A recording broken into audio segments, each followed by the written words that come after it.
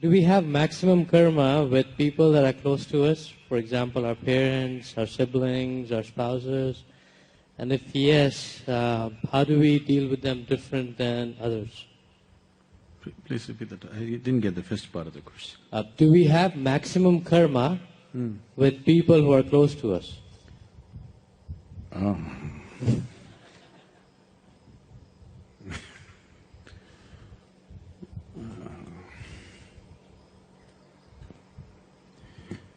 People… Are you talking about your wife?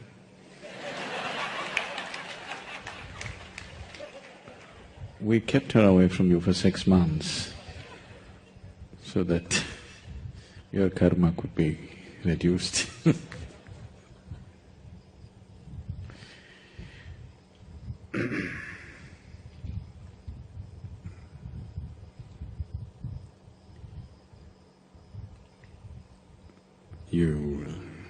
People who are close to you means not necessarily, but generally. You're always looking for somebody who thinks like you, who feels like you, who acts like you.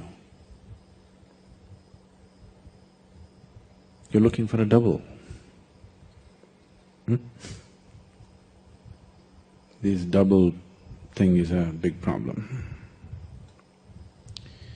You know, during World War II, Adolf Hitler had many doubles. People who just looked just like him. They were trying to speak like… they were trained to speak like him, behave like him, all mannerisms, everything.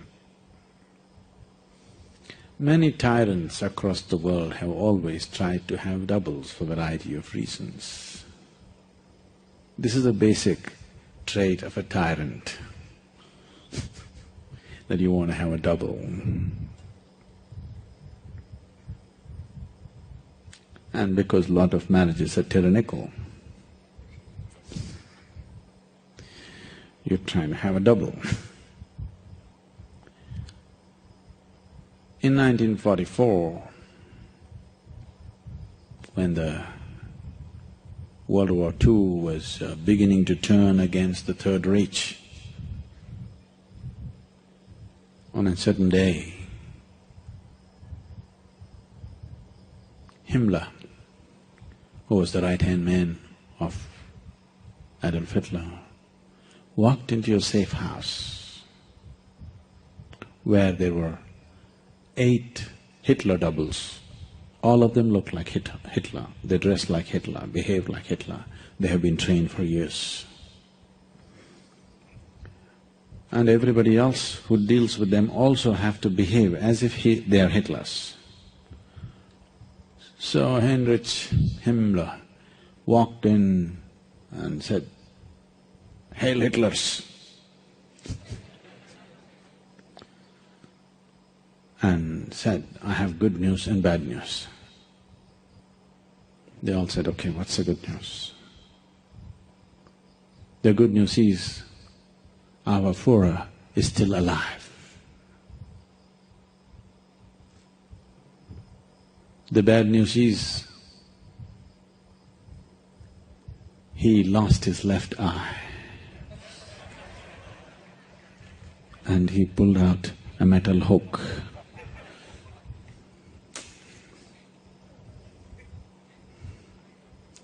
Once you're a double, this is a problem, you know. So whatever happens to the double has to happen to you. If they become miserable, you must become miserable. If you show joy on your face, you're finished.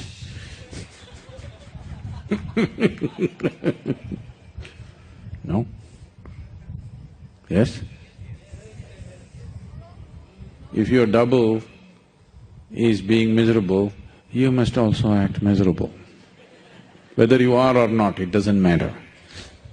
If you show joy, then the double, you're not doing the double act properly. So, I do not know from what context From what understanding of karma you're asking this? People whom you believe you love and people whom you believe you hate, with both of them there is a lot of karma. You may never meet the person, they're somewhere far away, but you hate them. You definitely have a lot more karma with Pakistan than Lithuania, isn't it?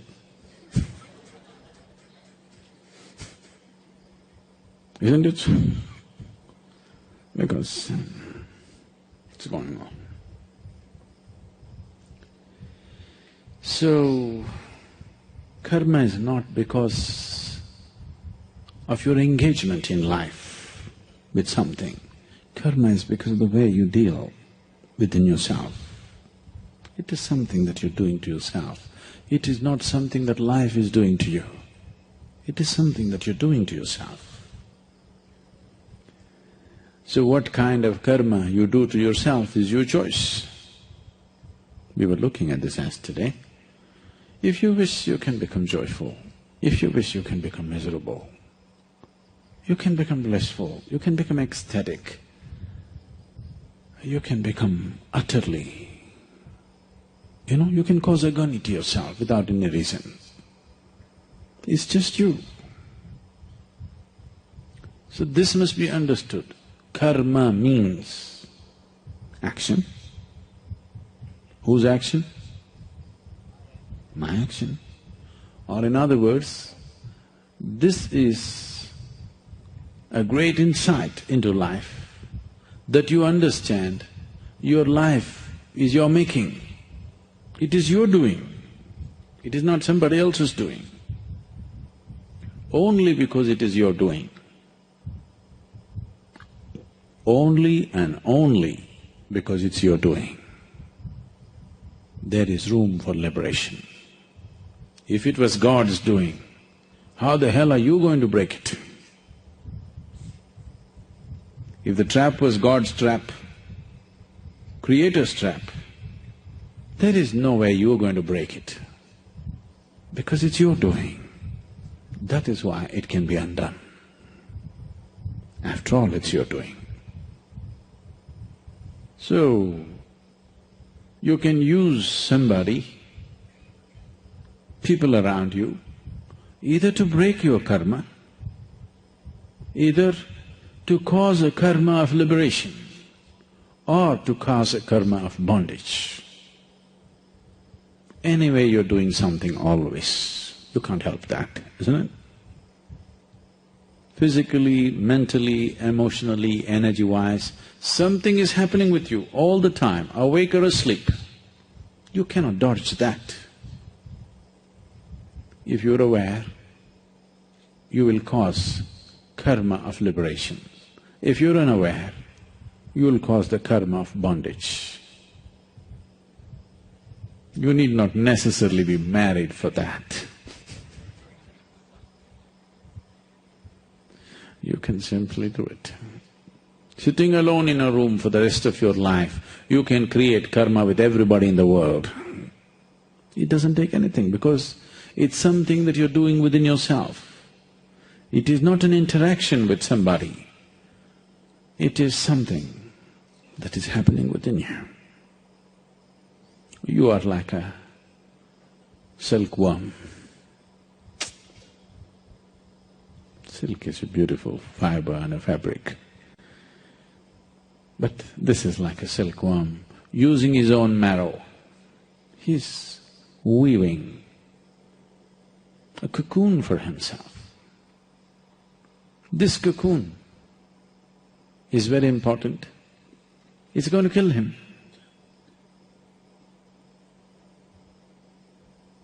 If he doesn't break it someday, if he breaks it, he becomes a beautiful butterfly, free to fly. If he doesn't, he will die within the cocoon. That's all karma is. If you crack it, it becomes a source of liberation. Something very beautiful will happen. No worm can ever imagine what it means to be a butterfly, isn't it?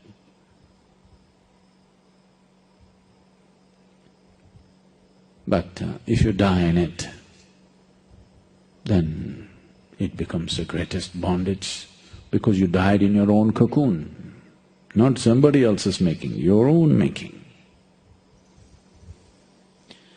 So, karma is not about somebody, whether close to you or far away from you, it's not about somebody, it is what you're doing within yourself. The very fundamentals of karma means it's my doing. Everything that I am is my doing. The moment you think, I'm having karma because of my wife, you miss the whole point. The karma is not because of her, the karma is not because of somebody else. The karma means my doing, my action. This is my creation. The bondage is my creation. So the liberation also has to be my doing.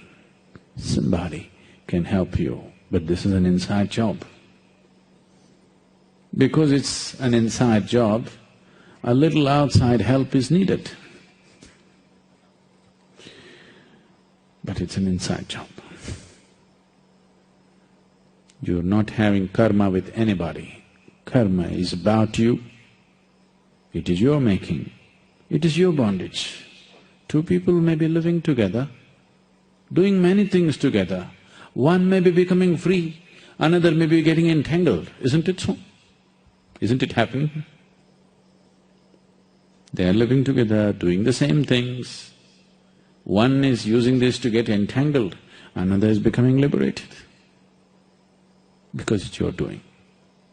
If it was each other's doing, then both would be entangled. It is not so. The very word karma means it's my doing. Nobody else is involved in this business.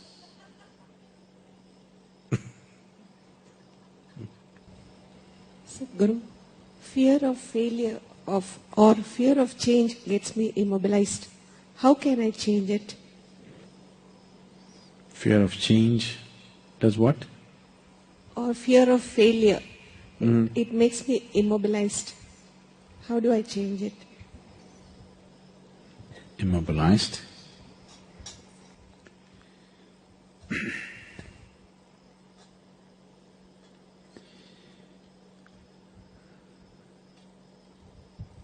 For one who is seeing this life as a stepping stone for a larger possibility, for him there is no failure.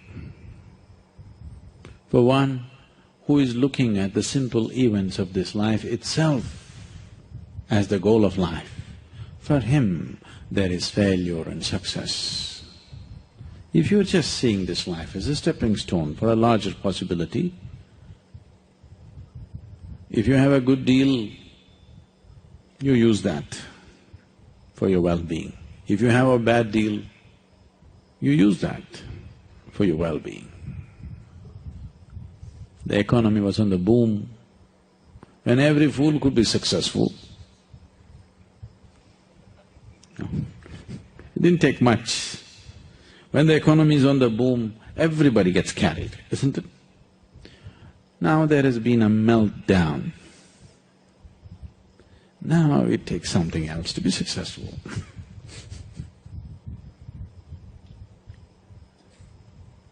So, when the economy was on the boom,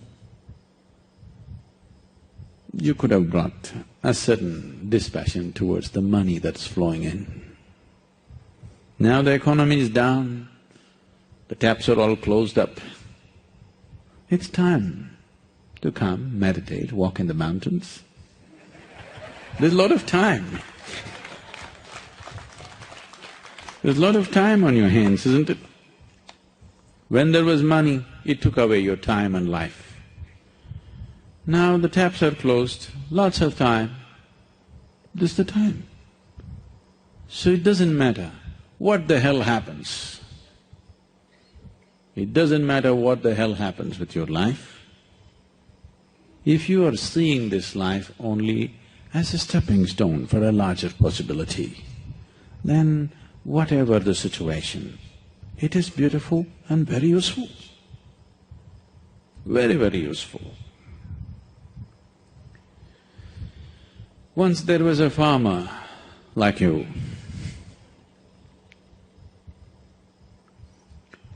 who was tired of various natural factors ruling the quality of his crop. So one day he called Shiva. It was a wild card entry.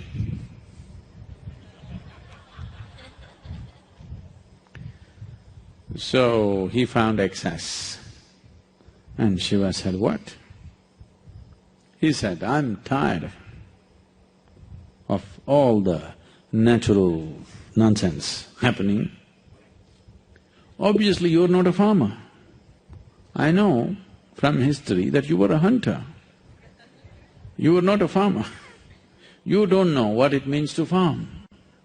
Why don't you leave the nature in my hands? I'm a farmer. I know when it should rain, I know when there should be sunlight, I know when there should be wind, I know everything. You don't know because you're just a hunter. And you're a crazy ascetic. You're definitely not a good farmer. The wrong times it's raining, at wrong times things are happening. You leave it to me. Shiva was one of those moods, he said, okay, nature is in your hands.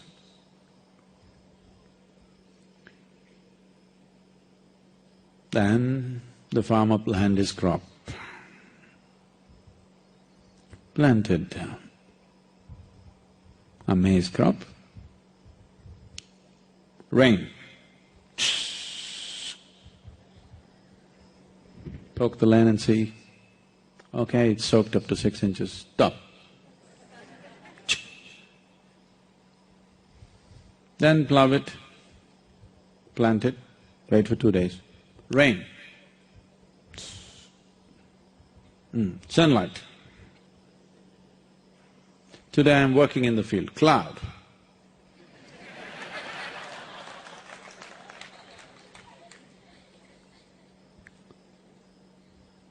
So everything just happened the way he wanted. A beautiful maize crop came. He was overjoyed, see. It's good. Nature should be in farmers' hands.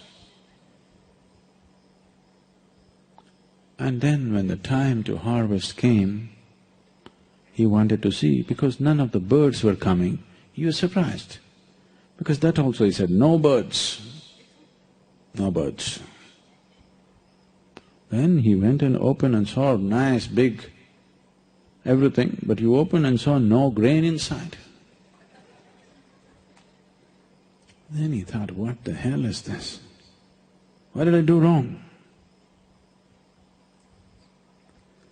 Then he couldn't figure out, because rain, water, sunshine, everything he managed properly. Then again he went back to Shiva. But he was in this condition. He waited for many years for him to open his eyes. By the time these many years, the fields and the family, everything went to… But he wanted to know the answer. What went wrong? He's farmer first. Then when Shiva opened his eyes, he asked, I did everything right, but there is no grain. Did you sabotage my crop? Shiva said, I've been watching. You were in charge, so I didn't want to interfere. The rain was great, the sunshine was great, everything was fine, but you stopped all the winds. I used to always send fierce winds which would threaten your crop. But because the plants felt pushed and threatened, they put their roots deeper into the earth. So grain happened. Now you have great maize crop. No maize? So various situations in your life. Either you can use it to make yourself stronger and better, or you can sit and cry. This is the choice you have. Everything. It doesn't matter what happens. The most horrific event happened in your life, that also can be used for your growth and your well-being, if you have clearly seen the small events of your life. When I say small events, I mean your business, your marriage, your children, all those big things. All these things are just a stepping stone. This is not new to you, because in this culture, they put this into you for centuries, for millenniums. They told you, your life is about mukti. Your marriage, your business, your social life, these are all just means to get there. Either you go with it or you go without it. But whether you are a sannyasi or you are in the samsara, your only goal is mukti. Yes? The goal was not just for the sannyasi, for everybody it is mukti. If you can walk alone, you walk alone. You want party going with you, you walk with the party. That's your choice. You want to get there quick, you walk alone. You want to go there having picnic on the way slowly, you go with people. Choice is yours. But the important thing is, whatever the hell you're doing, there's only one goal. So if you have set this up, then all the events of life, everything is beneficial. The boom is beneficial, the meltdown is even more beneficial actually. It is also ecologically very good, the meltdown.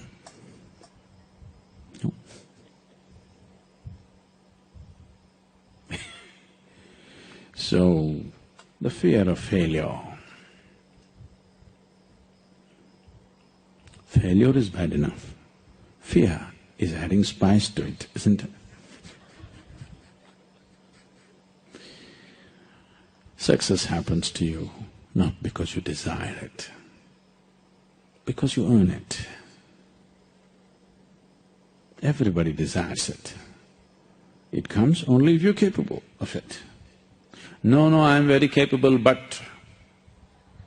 That's the but.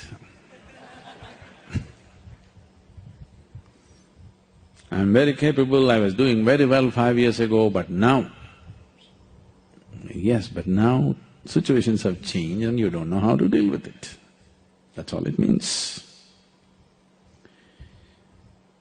If you have set a larger goal for yourself than just eating, breathing, earning a living, if you've set a larger goal for yourself, all these things are fine. Today you have a…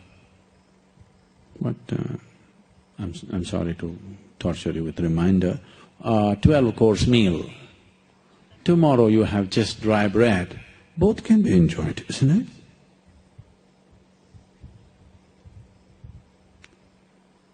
Both can be just fine. Actually, it's good for health not to have a 12-course meal. It's good for the tongue, it's good for the society to have a 12-course meal, not good for your body. Lot of people, by choice, they're having a simple meal. By choice, they're having a simple meal. If nature assists you, what is the problem?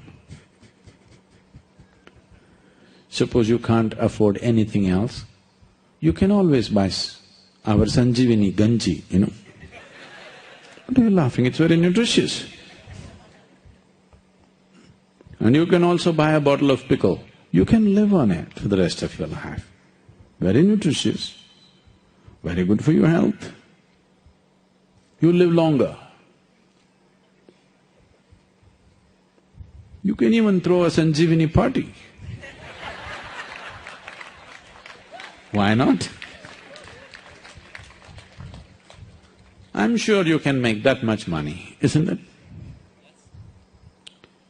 No, but I can't pay my rent, I can't pay my electricity bill. You can come and work here.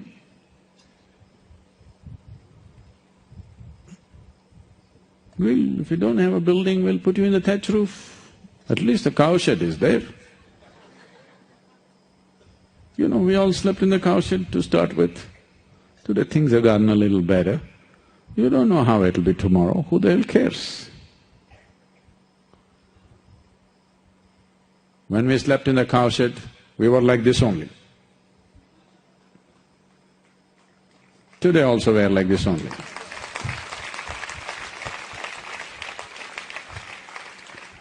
When we were in the cowshed, we were not like this. We were like this only. Now also we are like this only. Wherever the hell we go, whatever the hell happens, this is how we will be. Because success and failure is not in the volumes of money flowing into your life. Success and failure is not dependent upon the recognition that you're finding in the world. You're successful with life if you know how to walk with joy through hell.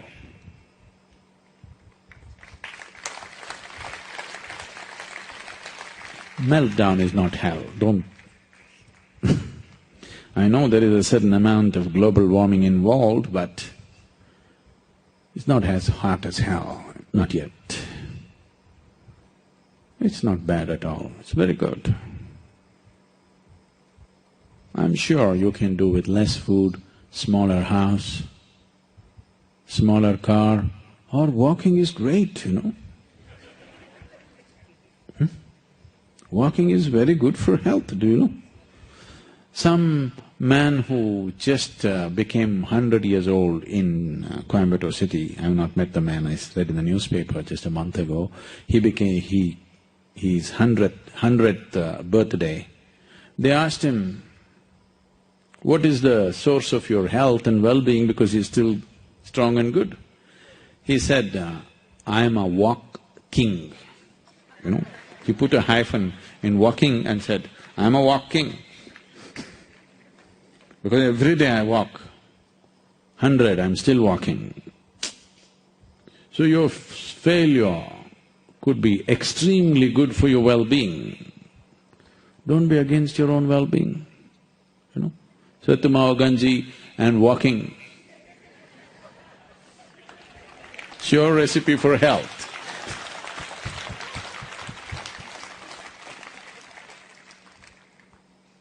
There is no such thing as failure. Failure is an idea, because success is also a stupid idea. It's your idea, what is success and what is failure, isn't it? Instead of trying to change the world, change your idea. Isn't it easier? If you just change your idea of success and failure, everything is great, isn't it? If you were a beggar on the street, today, if you could walk into the restaurant, eat a masala dosa and pay 10 rupees bill, this would be the height, the peak of your success. Isn't it so? So, you've gotten trapped in social situations and it is not even your idea. Why am I crediting you with this? It is somebody's idea of what is success, isn't it? Don't become a slave to somebody's idea. At least have your own idea. You have no idea of your own. Don't deceive yourself. Every idea, every thought, every emotion, every value that you have is picked up from somewhere and it rules you from within. It rules you from within. Your religion, your society, your culture has trained you to believe that this is it. So the first and foremost success is that you are not a slave to anybody's idea. This is success. Whatever the situation of life, you're alive means you're successful, isn't it? No?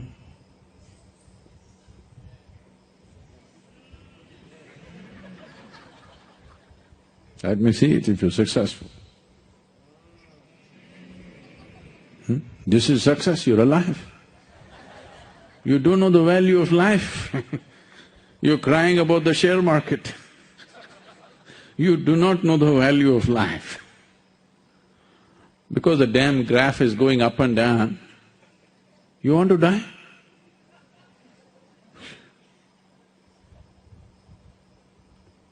No, but I lost so much money.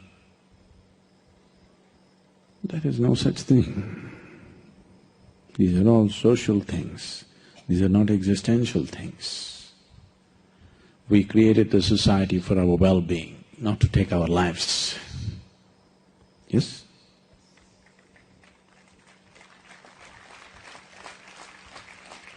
You created your family, your social structure and every other damn thing for your well-being, not to take your life, isn't it? Now every damn thing can take your life. Don't make things that you create, things that human beings create, larger than your life. That is the basis of your suffering. You are not interested in the Creator's creation, so magnificent. You are enamored by petty things, so you have to suffer. If you don't suffer, how? What is the value of enlightenment? You have to suffer. If ignorance doesn't bring suffering to you, why would you seek enlightenment? What would be the value? Somebody said ignorance is bliss. They've always been selling ignorance, of course. See, I told you the power of marketing in the morning. People have been telling you ignorance is bliss. Ignorance is bliss. You know, during the 60s, people popped LSD. You know what's LSD?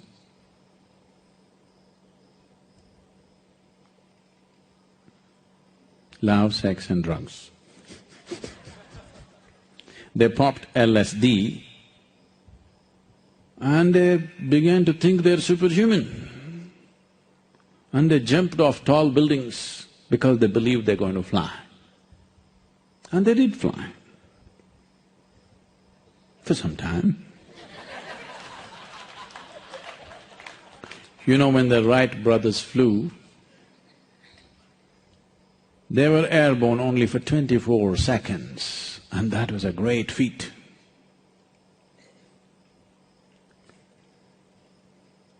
When I was 17 years of age, I built my own hang glider and I tried to fly down the hill. Because it was downhill, I flew.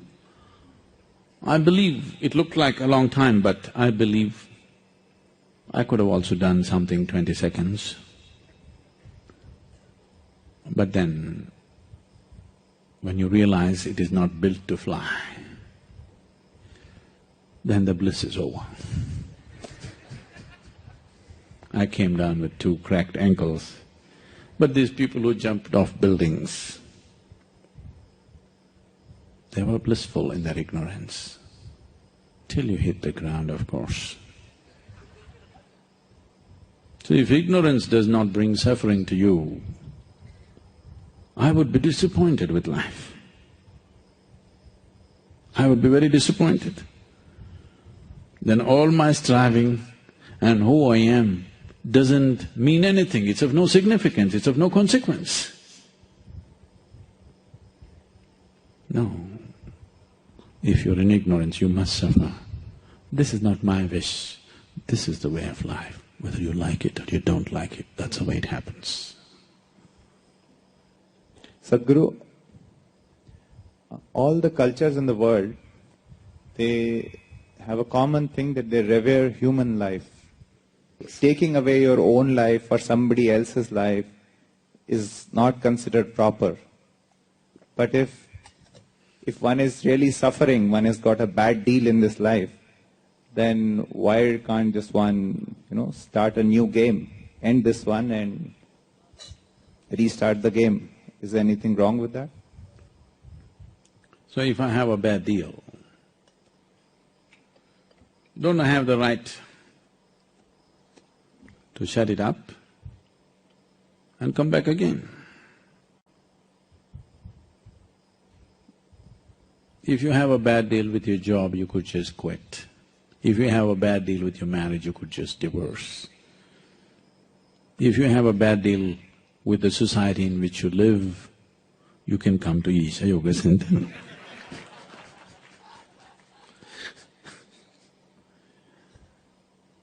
If you have a bad deal in Isha Yoga Center, you can go up the mountain.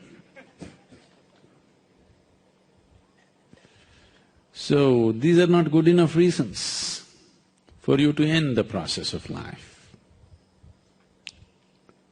First of all, you didn't create it, so you don't talk about ending it. Unless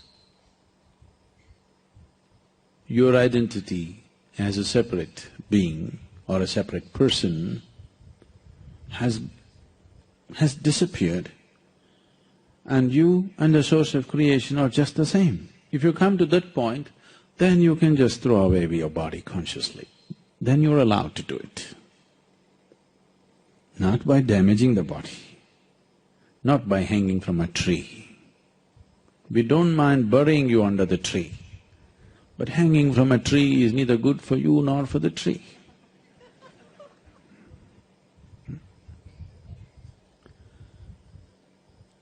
We already looked at this. Whether it's a good deal or a bad deal, if you have a larger purpose, everything is a stepping stone. Everything is a stepping stone for your ultimate well-being, if you have set the larger goal. Every situation that you get into, you are getting so identified and caught up with it, now it feels like it's better to end your life.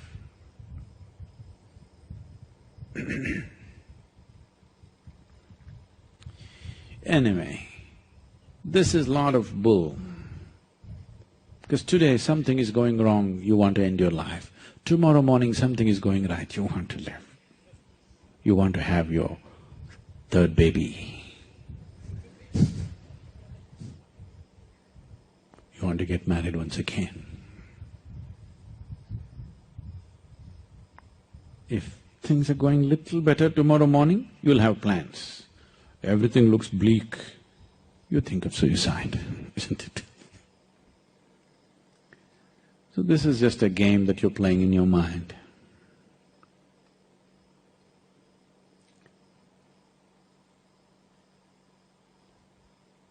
It once happened.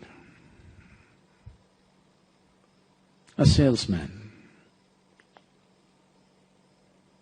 decided to go into a new development, housing development. He thought no other salesman would have still ventured yet, because it's a new development. So he wanted to be the first one, be the early bird. So he went and knocked on the very first house that he saw there. A lady came and opened the door. Without giving her a chance, he just slipped into her house, took a lot of cow dung, fresh cow dung, from his bag and threw it all over the new carpet. And he said, "See, I have a wonder vacuum cleaner. You watch it. I'll clean this carpet without even leaving the slightest of odor. If I don't do it, I will eat every piece of this cow dung myself. I will eat it. So the lady asked, would you like some tomato sauce? Because we still do not have electricity in the house.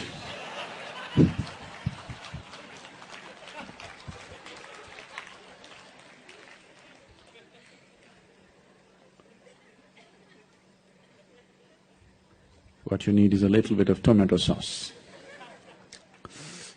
Tastes a little good, then you suddenly want to live.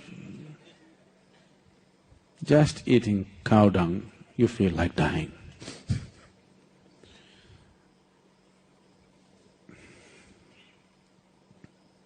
I stood up and said, Sadhguru, if you know what you're uttering, such nonsense should not come out of your mouths. There is no meaning to Sadhguru when you are wanting to end your life, because it's not worthwhile sitting here, that's what you're telling me. Is it? It's not worthwhile sitting here. You're not in grace. You're somewhere.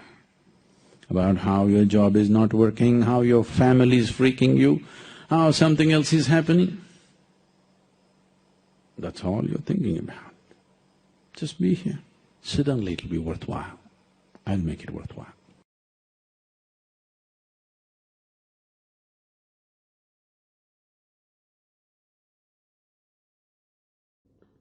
The quality of your relationship largely decides the quality of your life. Is it so? The quality of relationships that you hold in your life largely decides the very quality of life that you live. Good deal or bad deal is not the point.